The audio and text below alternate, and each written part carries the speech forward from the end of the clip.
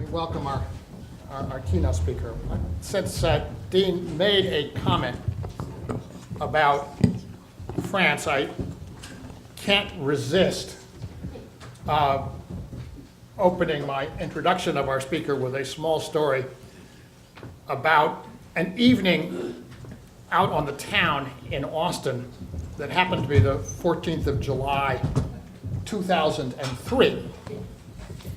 And my wife and I took a dear friend, Elspeth Rostow, the widow of the National Security Advisor of the Johnson administration, distinguished economist Walter Rostow, to a bistro. And it was deserted. This was not a season in which U.S. relations with France were particularly warm, and especially in Texas. But there was one other table that had a festive group of 10 or 12 people. And I looked over, and sitting at the head of the table, obviously having a wonderful time, in her wheelchair was none other than Lady Bird Johnson. So I got up and I walked over and I said to her, "Ms. Johnson, I am shocked to see you here tonight, and I am going to call the White House tomorrow morning and report that you were observed celebrating Bastille Day in public." And she looked up at me, and she had had some strokes, and her speech was not easy, but she smiled from ear to ear, and she put her fist up in the air, and she said, "Yes." And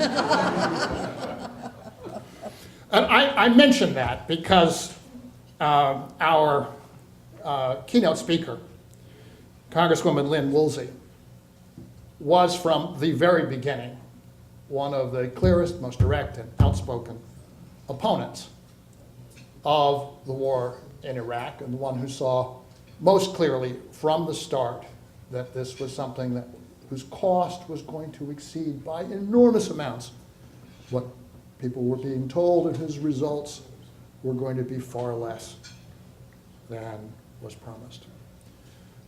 And she is now the president of an organization that was founded in 1947 by a group that included my father, John Kenneth Galbraith, Arthur Schlesinger, and also another distinguished Californian, an actor at the time who later went on to dabble in politics by the name of Ronald Reagan.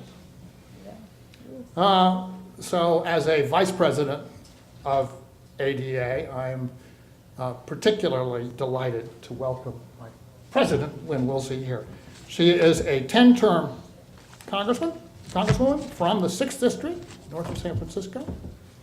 She has a distinguished record on labor and education issues, and is one of our nation's greatest defenders of the rights of workers and the position of families, particularly in the labor force, and the ability to maintain the balance between work and family life is, I think, one of her deepest concerns and one of her greatest contributions. So it's with particular pleasure that I welcome her today to this session, which is concerned with those levels of government that I think interact most directly with the issues on which you have the deepest experience and shown the greatest leadership. Congresswoman Woolsey.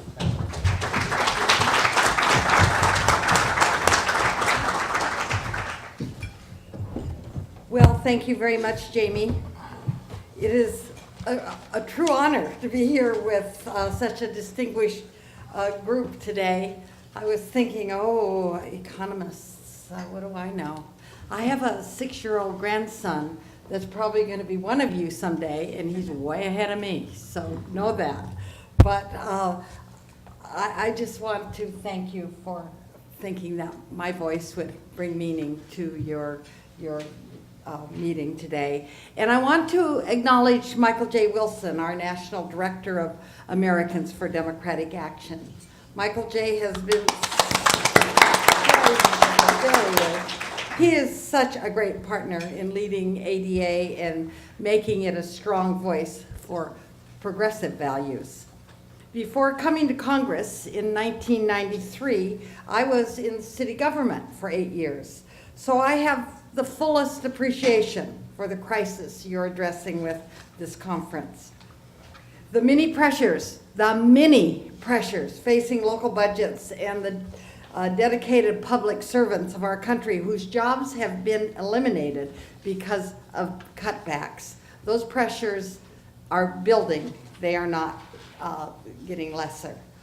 Democrats in Congress have, I believe, done just about everything in our power to ease the burden with support through the Recovery Act in 2009 and many other measures. And we continue to defend public employees and the service that they provide, especially in light of the relentless attacks they've endured in Wisconsin, Indiana, Ohio, and elsewhere around this country of ours. Of course, you can't separate state and city budgets from what's happening right here in Washington.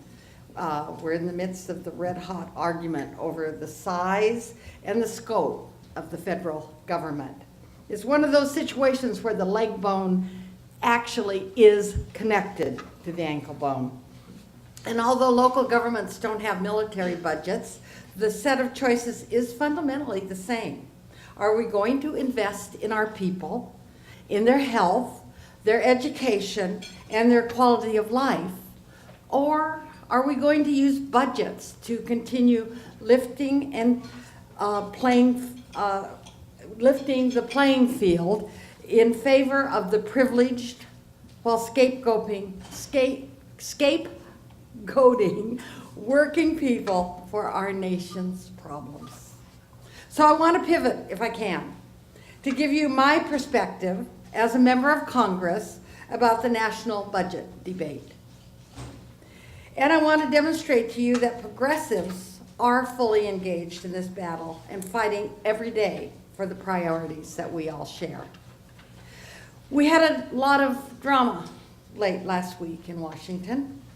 And while I truly am glad that we don't have the disruption of a government shutdown, I voted against the CR on Friday, I also believe that the cuts included in the final deal are far too steep and fall too much on the backs of working families.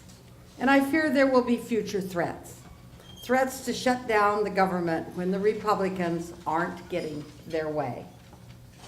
But really, this is just round one. It's round one of a much bigger struggle. The deal struck Friday night merely funds the government through the end of September. And now we're about to start a huge debate over federal spending and the relationship of the people to their government for 2012 and the next 10 years. The chairman of the House Budget Committee, Paul Ryan, has offered his blueprint, and it's even worse than I thought it would be. Honestly, it's one of the most radical, reckless proposals I've seen during my 18 years in Congress. They're talking about cutting more than $6 trillion over the next decade. And guess who gets the back of the hand treatment? Guess who assumes the burden and bears the sacrifice? Working families and the middle class. Their budget ends the Medicare guarantee for seniors. It voucherizes the program. That's a new word, I think. I just coined that, didn't I? They would essentially put older Americans at the mercy of the insurance companies, which are, of course, known for their compassion and their willingness to keep premiums affordable while taking on high-risk policyholders, right? Their budget also slashes health support for seniors in nursing homes, and it cuts K through 12 education and raises college costs for nearly 10 million students. And guess who makes out like bandits? The same wealthy and powerful interests whose nests always get feathered under Republican proposals. The money they're taking from these core domestic programs, it's not like they're storing it away for a rainy day, believe me. They're giving away that money to big oil subsidies, tax breaks for companies that send jobs overseas, and bigger tax cuts for those in the very top tax brackets. I don't think they're genuinely interested in closing the budget deficit at all. If they were, to give just one example, they would embrace the public option on health care. That's my public option bill, the robust public option bill, that would save us $68 billion, maybe more, over 7 years. The public option was even embraced by the President's Deficit Budget Commission. But will they consider it? No. But cutting government spending isn't as important to them as serving an ideological agenda. Wall Street wins, Main Street loses. Austerity for ordinary Americans versus windfalls for the wealthy. There is a choice, though. There will be a Democratic budget alternative, and members of the Congressional Progressive Caucus have our own proposal. We're calling it the People's Budget, which proves you can tame the deficit without shredding the safety net. By making our tax code more equitable, responsibly reducing defense spending, and implementing a public option, the Congressional Progressive Caucus budget eliminates the deficit within 10 years and puts us on a path to budget surplus. We also make substantial cuts to defense spending, starting with ending the wars in Afghanistan and Iraq. We provide a year's worth of funding to provide for a safe and orderly redeployment of our troops and our contractors out of Afghanistan. And then that's it. We're out of there. We also cut the Pentagon space budget by more than $600 billion over 10 years by eliminating weapons systems and reducing fleet sizes, but without reforming military health benefits or compensation. Of course, the Republican budget has practically nothing to say about 10 years of war spending that has bankrupted morally and fiscally the United States of America. This military occupation of Afghanistan is costing taxpayers nearly $7 billion every single month. And for what? The Taliban hasn't been defeated. Democracy hasn't taken root. We've undermined rather than advanced our national security interests. This war hasn't accomplished a single thing that it was supposed to. Plus, we still have boots on the ground in Iraq, and our military is further overextended by the operation in Libya.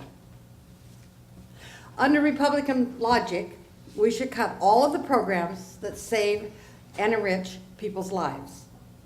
Medicare, Medicaid, Head Start, Pell Grants, and so on. But we should continue to throw billions every month at the war that has killed 1,500 Americans and left thousands more with deep physical and mental wounds that may never go away. And it's not that I don't think we should be engaged with Afghanistan or other developing countries around the globe. We must. It's just that we have to fundamentally alter our mindset about how we engage. Instead of military surge in Afghanistan, what we need is a civilian surge. That's the whole philosophy behind the smart security platform that I've been pushing for many years now here in the House. Let's reduce our nuclear arsenal. Let's finally cut off all those Cold War weapon systems designed to fight an enemy that no longer exists. And let's reinvest that money in a cost-effective way, at pennies on the dollar, in humanitarian and debt relief, democracy promotion, and other efforts that improve people's lives in the countries that have known so much poverty and so much hardship. Then we can win the hearts and minds of the people we're trying to work with. So in conclusion, my good friends, let me just say that I don't accept the Republican premise, I guess you heard that, because it's fundamentally bogus. I don't buy the idea that our fiscal woes are the fault of teachers or public employees or nurses trying to make ends meet through a difficult recession.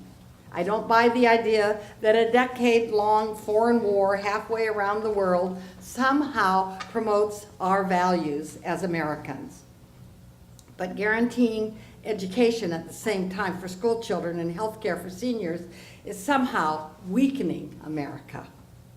The good news is that I think they've overreached. The Republicans have not only lost their moral compass, they're losing the American people as well. The polls clearly show that there is no public clamoring for deep cuts in Medicare and education. By contrast, 2/3 of Americans want no part of the war in Afghanistan. But it's up to us, all of us, to go on the offense. That's why the Congressional Progressive Caucus has been aggressively promoting its own budget principles. We can't cede ground in this debate. We have to push back against a dangerous set of priorities, and we'll be counting on people like you to help us make the case. And we need your help, and I thank you for hearing, and I guess I can answer questions, right? Please do. Okay, if you have some. So thank you very, very much. Thank you.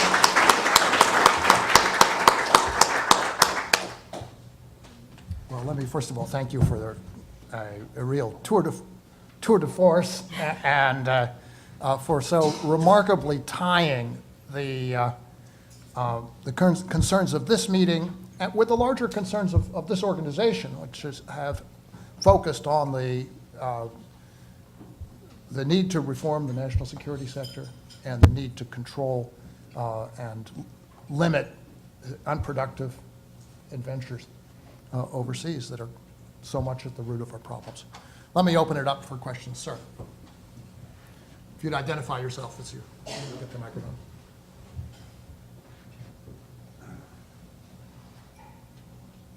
My name is Curtis Gans, and I still identify with the word liberal rather than progressive. Me too. The question I have is, how do you turn this around when you have an uncertain Trump in the White House who essentially has caved, to the current conventional wisdom and not fulfilled a leadership role in choosing a new direction that would aim at jobs, and would aim at revenue, and would aim at aid to the states. How do you turn that around without that support in the White House? Well, it's very difficult, and we realized that in the CR, the continuing resolution debate. The only chance we have is for individuals, individual members of Congress, individual senators, and individual leaders in this country that aren't elected leaders to stand up and express over and over again. Actually, when I was the first person to speak out against the Iraq War and have an amendment on the House floor to bring our troops home. And people, my own colleagues, good anti-war colleagues, oh, Lynn, don't call for a vote, we're gonna be so embarrassed. And I said, look, if I'm the only one who votes for this, I will not be embarrassed. That's up to you if you want to be embarrassed or not. Well, we got 128 votes or something, and some Republicans, but it turned the tide because the American people were ahead of us, like you are ahead of this debate we're talking about today.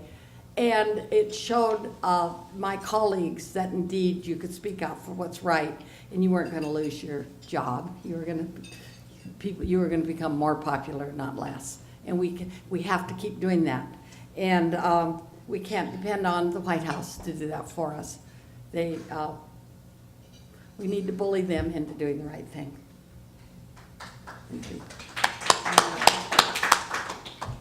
Question, ma'am. Thank you for visiting with us today. My name is Ann Beltran. I'm an advocate with Results, a grassroots anti-poverty organization. This week, I believe the Gang of Six is releasing its proposal on the budget. To what extent do you think that the Democrats in that gang will pay much attention to the Progressive Caucus people's budget when they have so much work to do dealing with the Ryan proposal? Do you expect the people's budget to get much actual play in the negotiations? No, no, it won't. But what's important, and this is something I can ask of all of you, is that the people's budget at least get to the floor for a vote. That doesn't mean we're not going to vote for the Democratic alternative. I mean, that would be foolish if we didn't. But we want the base Democratic supporters to understand that there's another way to think about this, and some of us think differently. And I think we owe them this. And we're not quite sure that the majority of the Progressive Caucus wants to do that. So if you know Progressive Caucus members, it would be a good idea to call them and say, we want to see that budget at least voted on. I mean, we won't win. We've brought it up. This will be the third or fourth year. Of course we don't win. But we get the debate, and people know that there is a way to balance this budget in a different way. There is a different way, and it really depends on having a peaceful world, and we should be a big part of that.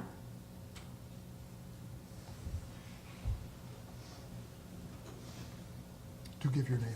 Yeah, my name is Jean Athey. I'm with Peace Action, and first I want to thank you, Representative Woolsey, for all of the wonderful work that you've done over the years. It's really incredible. I live in Maryland, and we're working we have a coalition that's new. That so far we've got 42 groups in that is called Fund Our Communities, Bring the War Dollars Home. And it's do pretty much what you're talking about, that we, instead of sending money to Afghanistan, we want it to be used at home for the needs that we have here. But I would really appreciate your ideas as to the specific steps that a coalition like ours should take. For example, one of the things that we're trying to do is to get local governments to pass resolutions along these lines. The local governments will say that's not our purview, and I would like your response to that. Well, I'll speak directly to that. When I was on the Petaluma City Council and the first Iraq War, Desert Storm happened, I bullied, I had to. I made my council vote to be against such action. And the big argument is that's not local government's purview, and it isn't. But it's going to take away from local government in every way when we get invested in spending dollars in the wrong way. And you have to have a voice in that regard. But at least to debate it. You may not be able to get the majority of your councils or the majority of any council. Quite a few of course, I represent Marin and Sonoma County. What does that tell you? They have resolutions against Iraq and to bring our troops home from Afghanistan because they're my people. That's the kind of people they are. But not all districts are like Marin and Sonoma County, and believe me, I know that. So just having the debate will bring the issue forward a step or two. So Last you're question. brave to do that. Ma'am.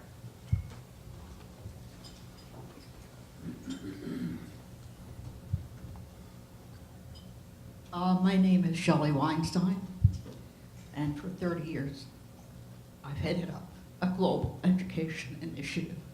But my question, Congresswoman, who I deeply respect, is should be considered hierarchical. I hope not in this meeting. Will you stand up to the president after his speech on Wednesday of what he sees for the future of this country and tell him, maybe if you did it by this evening, by building a coalition of people who said that he does not represent what many of us worked for, laid aside our own work, for 2 years to elect him, that we will think of a different and plan on a different candidate for the next presidential election. When will the Democratic leadership that supports this stand up to the White House and say, we need to be represented? The people who voted for him are not being represented by his behavior. Well, one, you're going to do that because you're the people. We don't speak for all the people. But every week, they're getting a letter from somebody, some group in the Progressive Caucus saying exactly what you're saying regarding one or another of the issues. I mean, we are. That doesn't mean that changes his mind. So it has to be grassroots. When they use Lynn Woolsey as their example in the White House of a litmus test of, will we try to change somebody's mind on some issue, some other member, and they'll say, well, would you try to change Lynn Woolsey's mind? No. So, you know, I can say all that to them. They need to hear it from you. They do hear it from us. I promise you that. I promise. We do everything. I mean, we don't insult our president. He's president of the United States. He's also our president. But we say, here's what you need to do. Here's what the people want. Here's why it's the better idea. And I'm just as flabbergasted as you are that it's not quite like you hoped it would be. We are all standing together in that effort. Let me thank you again.